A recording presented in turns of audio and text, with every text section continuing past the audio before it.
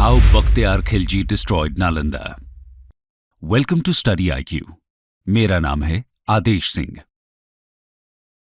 साल 1193 एडी बख्तियार खिलजी का नालंदा महावीरा यानी बुद्धिस्ट मॉनेस्ट्री पर आक्रमण होता है।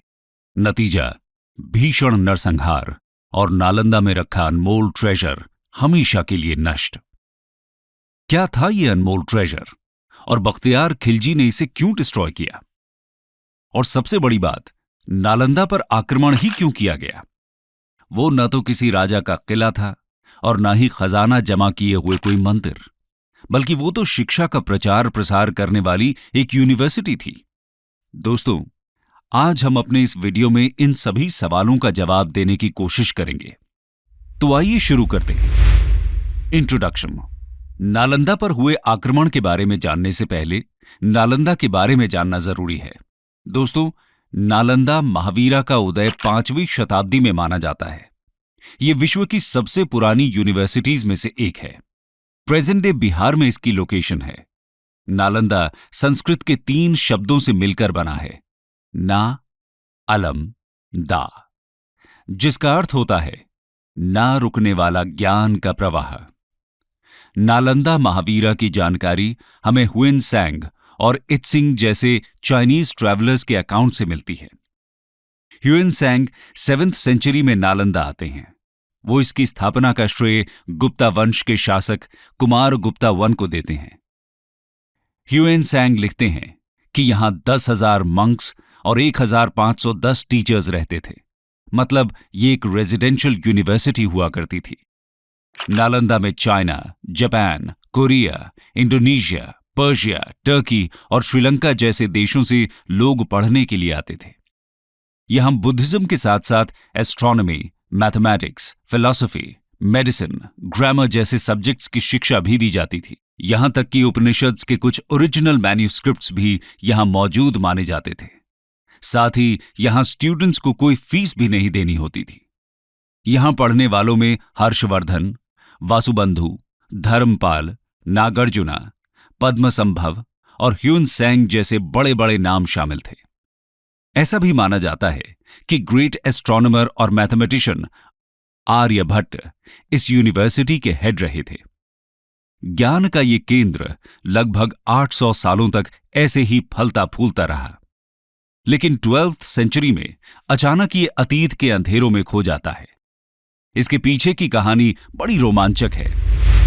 Invasion of Nalanda. दोस्तों, नालंदा पर एक नहीं 3 आक्रमण हुए थे। पहले 2 आक्रमण के बाद इसे फिर से रीबिल्ड कर लिया गया था, लेकिन तीसरा आक्रमण इसके लिए फेटल साबित होता है। सबसे पहला आक्रमण स्कंदगुप्त के समय 455 to 467 एडी मिहिर कुल के नेतृत्व में हुनर्स ने किया था। हुनर्स बेसिकली सेंट्रल एशियन ट्राइब्स के एक ग्रुप को कहते हैं जो खाइबर पास के थ्रू इंडिया में एंटर करते हैं। 4th और 6th सेंचुरी सीई के बीच यानी कि गुप्ता एम्पायर के समय हुनर्स के इन्वेजन इंडिया पर हुए थे। लेकिन स्कंदगुप्त के सक्सेसर्स न सिर्फ नालंदा को रिस्टोर करते हैं, बल्कि और भी बड़ी बिल्डिंग बनाकर इसे इंप्रूव कर देते हैं। नालंदा पर दूसरा आक्रमण अर्ली 7th सेंचुरी में बंगाल के गौदास राजवंश के द्वारा किया गया था। इस आक्रमण के बाद बुद्धिस्ट किंग हर्षवर्धन नालंदा को रीबिल्ड करते हैं। तीसरा और सबसे घातक आक्रमण था टर्किश इन्वेडर बख्तियार खिलजी का। नालंदा पर इसका आक्रमण 1193 एडी में हुआ था। आइए इसके पीछे की कहानी को डिटेल में समझते हैं। Why Bakhtiyar Khilji destroyed Nalanda. दोस्तों, ऐसा कहा जाता है कि बख्तियार खिलजी एक बार बहुत बीमार पड़ गया था। बहुत से उपाय और हकीमों के इलाज के बाद भी सेहत में कुछ सुधार नहीं हो रहा था। ऐसे में किसी ने सलाह दी कि नालंदा महावीरा के प्रिंसिपल राहुल श्री भद्र इलाज कर सकते हैं। एक बार उनसे इलाज कराकर देखा जाए। बख्तियार खिलजी को किसी गैर मुसलमान से इलाज कराना मंजूर नहीं था, इसलिए वो इस सलाह को पहले नजरअंदाज कर देता है। लेकिन जब सेहत और ज्यादा बिगड़ती जाती है तो उसे भी लगता है कि एक बार बुलाने में क्या हर्ज है। राहुल श्री भद्र बख्तियार खिलजी के पास पहुंच जाते हैं और उसकी जांच करते हैं। खिलजी इनके सामने ये शर्त रख देता है कि वो इनकी दी हुई कोई भी दवा नहीं खाएगा। इस तरह से वो राहुल श्री भद्रा को चैलेंज करना चाहता था और हिंदूज को भी नीचा दिखाने की कोशिश कर रहा था। इसके बावजूद राहुल श्री भद्रा भरोसा दिलाते हैं कि खिलजी की सेहत में जल्दी ही सुधार हो जाएगा। वो खिलजी को कुरान देते हैं और कहते हैं कि इसके कुछ पन्ने रोज पढ़ा करो। खिलजी ऐसा ही करता है और देखते ही देखते उसकी सेहत सुधरने लगती है। दोस्तों, राहुल श्री भद्रा ने कुरान के पन्नों में दवा लगा दी थी, जो पढ़ते समय खिलजी तक पहुंच जाती थी और इस तरह वो पूरी तरह सही हो जाता है। जब खिलजी को इस बात का पता चलता है तो उसे बहुत ज्यादा इनसिक्योरिटी और जेलसी फील होती है। उसे लगता है कि इन काफिरों के पास मुस्लिम हकीमों से ज्यादा ज्ञान कैसे है। बस इसी बात से नाराज खिलजी फैसला करता है कि वो इस ज्ञान के सोर्स को ही हमेशा हमेशा के लिए खत्म कर देगा। आइए जानते हैं कि इस ज्ञान का सोर्स आखिर था क्या। Destruction of Nalanda. दोस्तों, राहुल शील भद्रा और नालंदा में रहने वाले उनके जैसे हजारों बुद्धिस्ट मंक्स के ज्ञान का सोर्स था यहां की लाइब्रेरी।